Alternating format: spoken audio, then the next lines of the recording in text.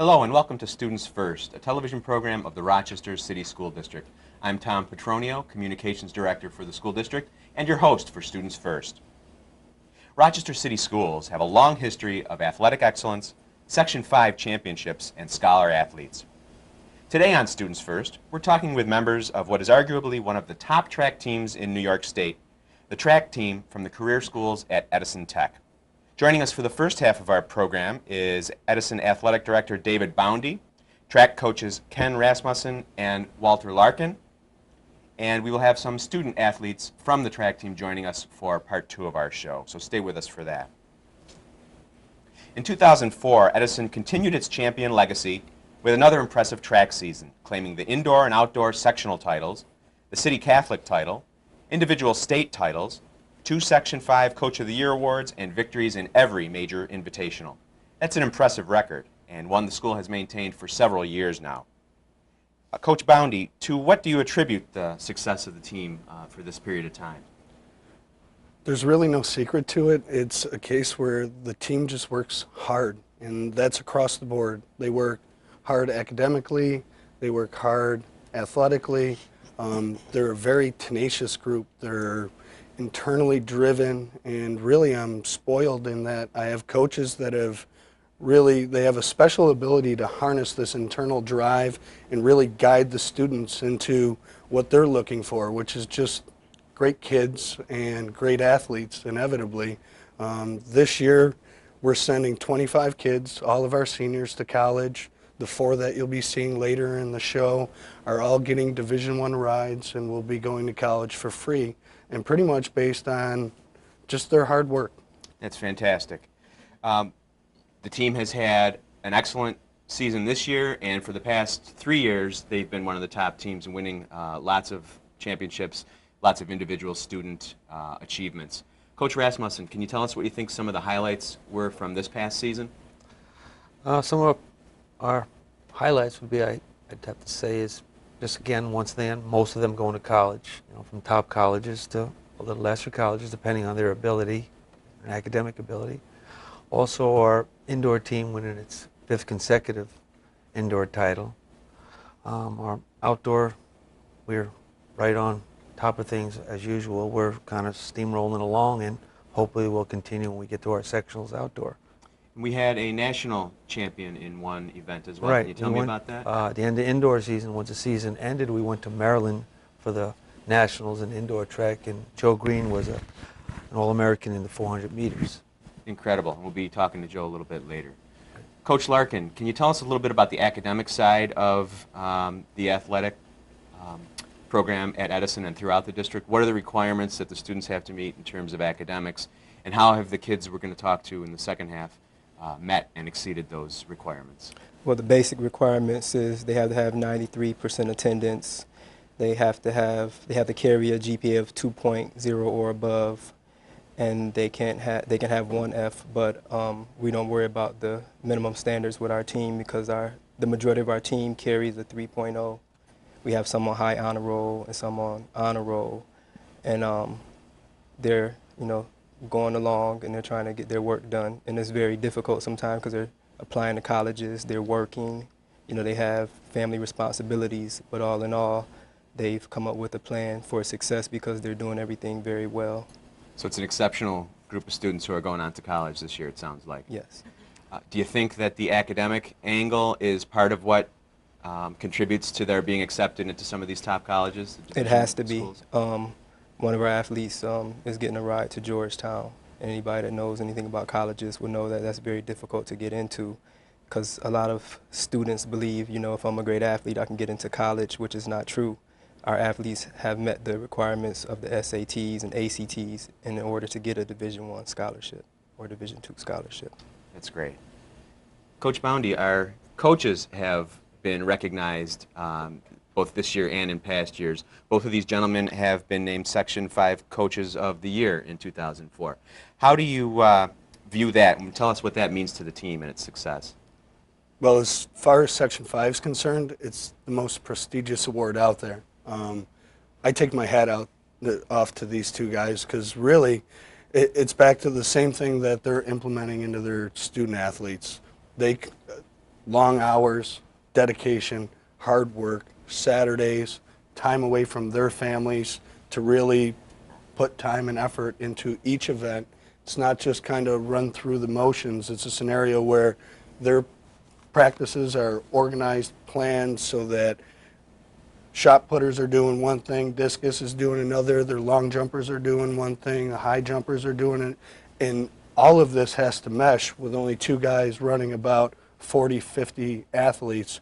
And really, what it is they create a family atmosphere. It's very loose, but loose in a positive way, where the kids really feel comfortable. They feel as if they can bring anything to these two coaches and really know that they're coming to a friend, someone that's going to be there, whether it's they're struggling in math or science, and can you help me out? Can we get a tutor? Can we utilize someone on the team that might excel in a pre-calc or a chemistry class and kind of tutor within their own? They fundraise. They've sponsored trips to the Armory in New York City, which is the fastest track in the world, Penn Relays, Nationals. Quante, who will be on later, fundraised $4,000 herself to go to Australia, and she ended up winning the international meet down in Australia. I really feel as if I'm spoiled. I've kind of been put in a position where I have all these great people around me, and they kind of so-called bust my shine, and it's exciting because really, like Ken and Walt were saying, it's a case right now where we're still rolling along, and it's a case where we just won the His and Hers in Victor, which is one of the largest track meets in the state, and it's a good indicator of what's going to transpire this year in sectionals, and that's what they're doing right now. They're trying to fine-tune everybody so that we're prepared, and in 2 weeks we can actually hopefully bring home another title. That's fantastic. And I think it goes back to what you said in the beginning. No secret formula. It's the typical things that you think would make a team work. It's the commitment of the coaches and the students. Correct. And everybody's hard work and pitching in together. Correct. Well, we're going to meet some of these students, some outstanding track stars from Edison. Terrell Gissendanner, Joe Green, Dan Harris, and Quante Harris when we return to Students First after this short break. Stay with us. Welcome back to Students First. I'm your host, Tom Petronio, and we're joined for this segment of the show with 4 members of the Edison Tech track team. Joining us today, and we're proud to have them with us, are Quante Harris, Terrell Gissendanner, Joe Green, and Dan Harris. Thank you all for being here. We talked with your coaches and your athletic director in the first half of the show about the successful year the team has had and the successful several years that the Edison track team has had. Now we're going to get a little personal with each of you and find out what it is about you as a student athlete that has contributed to the team's success and to your own success. Again, thanks a lot for being here. Quante, tell us a little bit about how you got started in track and what it's meant to you to be part of the Edison track team. Well, I started when I was in 8th grade, and what really inspired me to run for Edison was just to, I guess, do something. When I was walking down the street one time with my first in middle school, the little girl asked me, she told me, "Oh my gosh, you're an Olympian," and I believe that really inspired me to actually want to continue on running. And you've then done it all 4 years of high school? All 4 years, 12 seasons with the same silly coach. What do you consider some of your highlights? I know you had an international trip this year that was a success for you. Tell us a little bit about that. Well, I competed in Australia in the 7th annual Down Under Games, and it was a great experience. I learned a lot, and it really taught me that I can really accomplish a lot if I put my mind to it. And yeah. You were competing against students from other countries? Australia, mainly Australia, and a bunch of athletes around the U.S. Mm-hmm. So, and how did you qualify for that? I mean, that's a pretty big, well, trip. I just got a letter in the mail, the invitation, and I just jumped on it. I saw an opportunity and I grabbed it. Mm-hmm. I knew it was going to be a lot of work, but hey, I did it. So. And you wound up winning Mm-hmm. that competition? I came first in the 100 and 200 and tied the meet record in the 2. Congratulations. That's great. And Terrell, tell us a little bit about how you got started in Edison track and what have been some of the highlights of your career. You've also been a 4-year Yes. Athlete as well, right? How'd you get started? Well, actually, my freshman year, I came into Edison, playing football, and football season was over, and I wanted to wrestle, but Edison didn't have a wrestling team. And one of the athletes on my football team told me, you might as well just run track, get faster for the next football season. And I decided to run track, and actually the first day of practice, my coach looked at me. I was a little bit pudgy, but he saw the potential in me. And he said, "You're a hurdler, go with the hurdlers." And I've been hurdling ever since. One person that really made an imprint on me as a hurdler would be Reggie Rucker. My freshman year, I tried so much to be like him that I guess my sophomore year, when he graduated and went to college, I saw the opening, to really shine, and I stepped right up, And you've won some awards for your hurdling. Tell us Yes. a little bit about that. I'm the 3-time state champion in the 110-meter hurdles, runner-up last year in the 400-meter hurdles, and I'm also a 7-time individual event champion in Section 5 competition. That's superb. Congratulations to you. Next we have Joe Green. Joe, what is it that is kind of your forte in track, and how did you get involved in that? Well, my main event is the 400, 800. I got started freshman year also. Some of the highlights that you've experienced since that time? Yes, I'm a 5-time individual sectional title champion. I'm a runner-up in the 600 outdoor, and indoor also.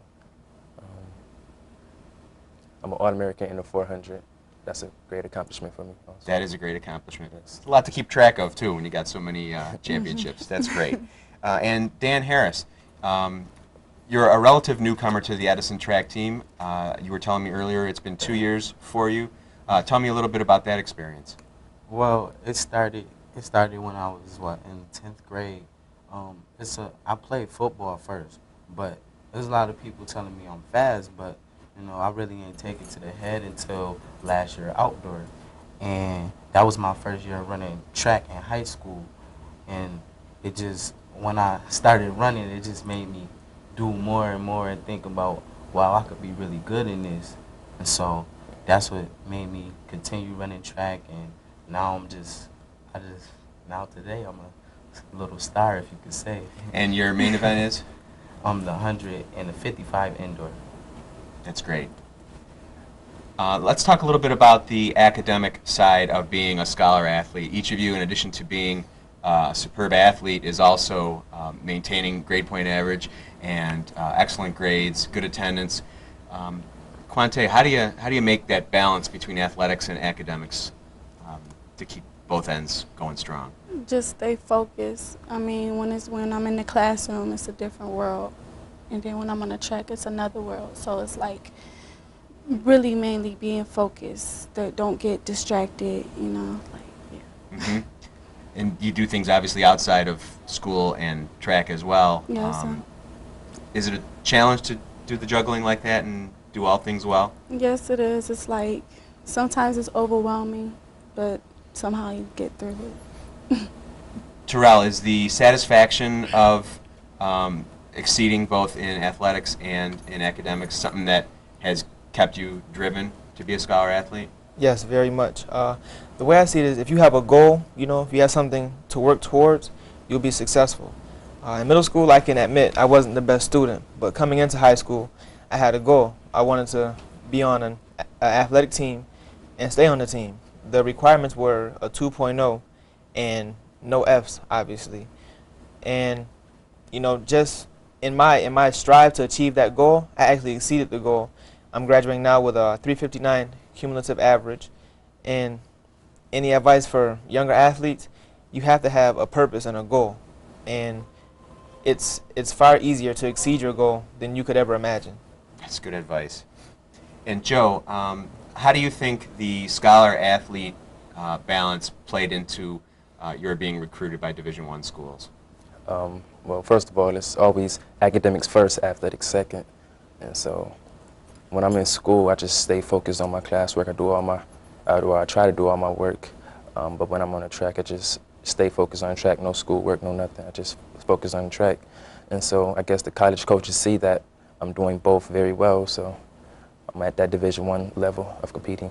And you're looking to go where, hopefully? Albany, University of Albany. That's great.